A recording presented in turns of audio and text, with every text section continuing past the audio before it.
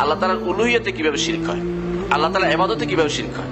আল্লাহ তাআলার ইবাদতের শিরকের নমুনা দেখতে চাইলে তাহলে আমাদের সানসিরি একটা জায়গা আছে না, ওখানে যায় দেখেন কেমনে মানুষ সিজদা করতেছে, আল্লাহ ছাড়া মানুষ করতেছে না।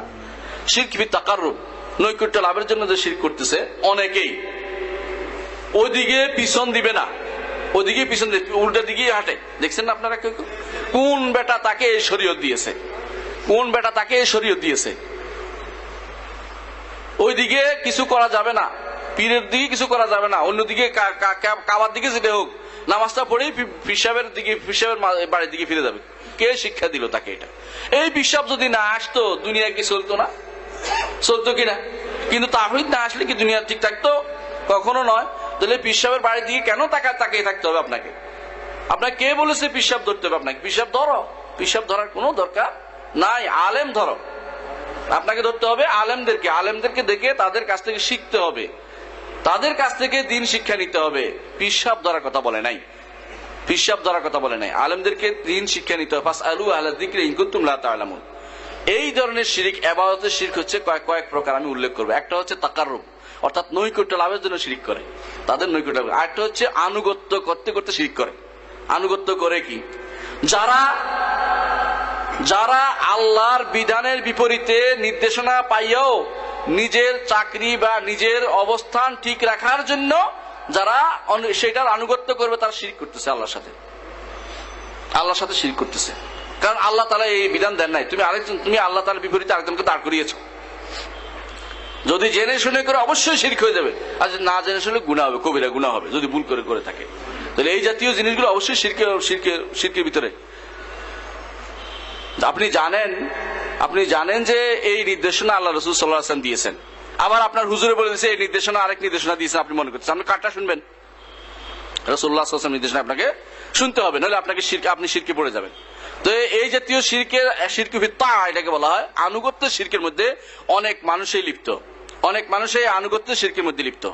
আবার দেখেন কিছু শিরক আছে মানুষ যে করা হয় ইচ্ছার উপর শিরক হচ্ছে। আপনার মনের ইচ্ছা কিরকম?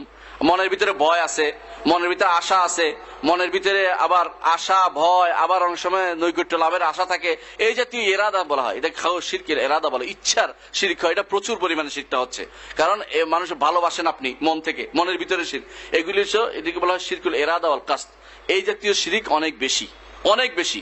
আপনার মনে আপনি বিগলিত হয়ে যাচ্ছেন আপনার পীর সাহেবের জন্য, অথবা আপনার অমুকের জন্য তমুকের জন্য। যে বিগলিত হওয়া কার দরকার? আল্লাহর জন্য হওয়া দরকার। সেটা না হয়ে আপনি ওর জন্য হয়ে যাচ্ছেন, আপনি অবশ্যই শিরক করছেন। এই জাতীয় শিরকের জন্য কোনো মানুষ হইতে হয় না। অনেক সময় সাধারণ জিনিসও এই শিরকে মানুষকে নিবৃত্ত করে। যে ব্যক্তি ফুটবলের জন্য মারা যাচ্ছে, আপনি কি মনে আল্লাহর জন্য ওটা মরছে কয়বার? মনে নাই? ফুটবলে হেরে গেছে আর্জেন্টিনা দেখে সে মরে গেছে, সে তো আর্জেন্টিনা, সে তো ফুটবলের ইবাদত করছে। সে ভালো কিছু বোর জন্য মরে গেছে, এবার বোর ইবাদত করছে। এটা তো শরীয়ত বলে না। আল্লাহর জন্য তো তুই কোনদিন মরিস না কোনদিন, তো বোর জন্য মরে যাস কেন? তোর ইবাদত ওইটার সাথে লেগে গেছে। এই জন্য ইবাদত কোনদিনই জানতে হবে। ইবাদত হচ্ছে যে হুব্বুন কামিল ওয়া যুলুন তাম, পরিপূর্ণ ভালোবাসায় পরিপূর্ণ বিনয়, যে জিনিসে একত্র হবে সেটা ইবাদতে পরিণত হবে। পরিপূর্ণ ভালোবাসায় পরিপূর্ণ বিনয় একমাত্র আল্লাহ রাব্বুল ইজ্জত পাবে।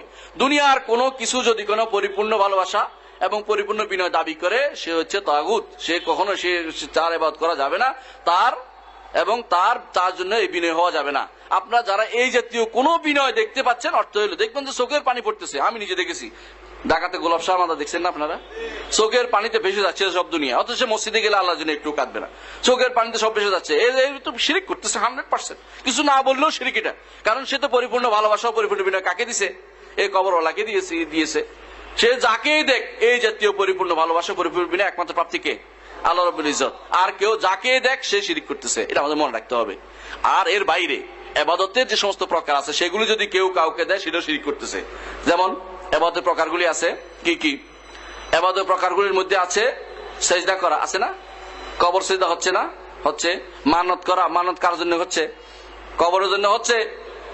হওয়ার দরকার ছিল কার? যদি মানত করা এমনিতে ইবাদত নয়, মানত পুরা করা ইবাদত। যেমন রাখতে হবে, মানত করা এমনি কোনো ইবাদত নয়। রাসূলুল্লাহ সাল্লাল্লাহু আলাইহি ওয়াসাল্লাম মানত করাতে উৎসাহ দেন নাই, কিন্তু কেউ যদি কোনো মানত করে তাকে এটা পূরণ করতে হবে। যদি নেক মানত হয়, খারাপ মানত হলে কি করতে হবে?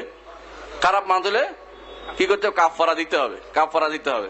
কাফারা দিয়ে মানে এটা গুনাহ আল্লাহর কাছে মাফ চাইতে হবে, এটা পূরণ করা যাবে না, এটা পূরণ করা যাবে না।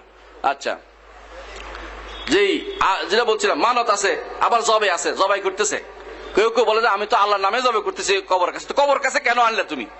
কবর কাছে কেন আনতেছো? আল্লাহর নামে জবে করা তো নামটা তোমার এমনি মুখে আসছে, এটা কোনো উদ্দেশ্য না। তাহলে কবরের কাছে, কবরওয়ালাকে খুশি করার জন্য তুমি এটা করছো, এই জন্য কবরের কাছে জবে করা যাবে না। মুহাম্মদ রাসূলুল্লাহ সাল্লাল্লাহু আলাইহি ওয়াসাল্লামকে একদিন বললেন যে ইয়া রাসূলুল্লাহ, আমি বুয়ানাতে একটি উট জবে করতে চাচ্ছি, মানত করছিলাম। রাসূল কিন্তু খুব জিজ্ঞাসা করে ছাড়ছেন, রাসূল বলেন ছেড়ে দেন না। বলে যে বুয়ানাতে কি, ওখানে কোনো কাফেরদের কোনো কিছু ছিল কিনা আগেকার দিনের? না, কিছু ছিল না। এখানে কোনো কবর আছে কিনা? ওখানে ছিল না, এখানে এটা আছে। জিজ্ঞাসা করার পর তারপর ঠিক আছে, এত কিছু না থাকলে তাহলে তুমি জবে করো ওখানে। কিন্তু যে এমনি বোঝা গেল যে এগুলি থাকলে ওখানে জবে করা যাবে না। কাফেরদের কোনো রসুম রেওয়াজ জাতীয় কিছু থাকলে জবে করা যাবে না। শিরকের কোনো আখড়া থেকে জবে করা যাবে না। আপনি কি জন্য জবা করতেছেন? কবরলা খুশি করার জন্য। যত কিছুই বলেন না কেন, মুখে কথা বলেন না কেন, আপনি কবরলা খুশি করার উদ্দেশ্য, এটা আপনি শিরকের মধ্যে লিপ্ত। এই জাতীয় শিরক করা যাবে না। ইবাদত বলতে যা বুঝায়, সালাত, যাকাত, হজ, সম, টাকা পয়সা, দান, যত কিছু সবগুলি দান ইবাদত না? এটা যদি কোনো আপনি কবরলা দান করছেন, কি করছেন? শিরিক করতেছেন। একটা টাকা দিলে, বলে টাকা দিলে কি হবে, অনেক টাকা আছে না, কবরকে দিবেন। আপনি কোথায় দিবেন? মসজিদ আছে, মাদ্রাসা আছে, এতিমখানা আছে, দেন ওখানে দেন। আলহামদুলিল্লাহ, আল্লাহ তাআলা যেখানে অনুমোদন করে সেখানে দেন। এটা না করে আপনি দিচ্ছেন কোথায়? কবরওয়ালাকে। কবরওয়ালাকে দেওয়া তো শিরকের আখড়াতে। ওখানে কি হয়? সকালবেলা ঘুম থেকে উঠে একটা দৌড়, হ্যাঁ, কোন কোন জায়গা তো সকালবেলা ধুয়ে ফেলে সে শরবত হিসেবে খাওয়া হয়। সেটাও আমাদের চোখের সামনে দেখেছি আমি। তাহলে বোঝা যাচ্ছে যে কি জিনিস, এই কবর ধুয়ে খাচ্ছে ওরা, সেটা দিয়ে তারা ব্যবসা পাচ্ছে। এবং এটা কেউ কেউ আবিষ্কার করে, মানুষ মঙ্গল গ্রহ আবিষ্কার করে, ওরা বন্দিশাহ মাজার আবিষ্কার করছে। এই জাতীয় জিনিসগুলি যখন হচ্ছে, আপনি বলেন যে শিরক নয় তো কি? এই জাতীয় শিরকি লিপ্ত আমার দেশের 80% মানুষ। এদেরকে তাওহীদের দাওয়াত না দিয়ে আপনি এত তাড়াতাড়ি ইসলাম কায়েম করে ফেলবেন না, এত তাড়াতাড়ি ইসলাম কায়েম হবে না। এই তাওহীদ অবশ্যই আমাদেরকে প্রতিষ্ঠা করতে হবে। এই শিরক থেকে মুক্ত রাখতেই হবে। এগুলি হচ্ছে বড় শিরক, এইগুলি হচ্ছে বড় শিরক। এই শিরকগুলো থেকে আমাদের বেরিয়ে আসতে হবে। যখনই দেখবেন, আপনার আমার দায়িত্ব হচ্ছে এদেরকে শিরক থেকে বের করে নিয়ে আসা। যত কষ্ট হোক। কষ্ট হয়েছে না মুহাম্মদ রাসূলুল্লাহ সাল্লাল্লাহু আলাইহি ওয়াসাল্লামের? বলছে, একজন বলছে তোমার সাথে কথাই বলবো না। 3 ভাইয়ের কাছে গেছিলেন তিনি তায়েফে, তোমার সাথে কথাই বলবো না। আরেকজন বলছে তোমার যদি ভালো হইতা, তোমার কওমের লোকেরা মানে নাই কেন? হ্যাঁ, তোমার কওমের লোকেরা মানে নাই কেন? মানে এক একজনে এক এক ওসিলা দিয়ে ওনার কথা শুনে নাই। দুনিয়ার আপনি ভালো কথা বলতেছেন, আপনাকে কত ওসিলা দিবে। আপনি যদি ভালো হন, আমার হুজুরে কি করছে? হুজুর কি কম জানে নাকি? হুজুর দেখছেন না, হুজুর আল্লাহর রহমতে এত বছর ধরে আমাদের এলাকা। আপনি কি করতে আসেন আবার নতুন করে একটু ভেজাল লাগাবে? এই জাতীয় জিনিসগুলো আপনাকে বলবে, কিন্তু আপনার দাওয়াত বন্ধ হওয়া যাবে না, আপনাকে কঠোর হওয়া যাবে না। এটাও বড় কথা। আপনাকে হিকমত অবলম্বন করে দাওয়াত দিতে হবে। যেভাবে দাওয়াতের কথা একটু আগে আপনি আলোচনা, কিভাবে দাওয়াত দিতে হবে।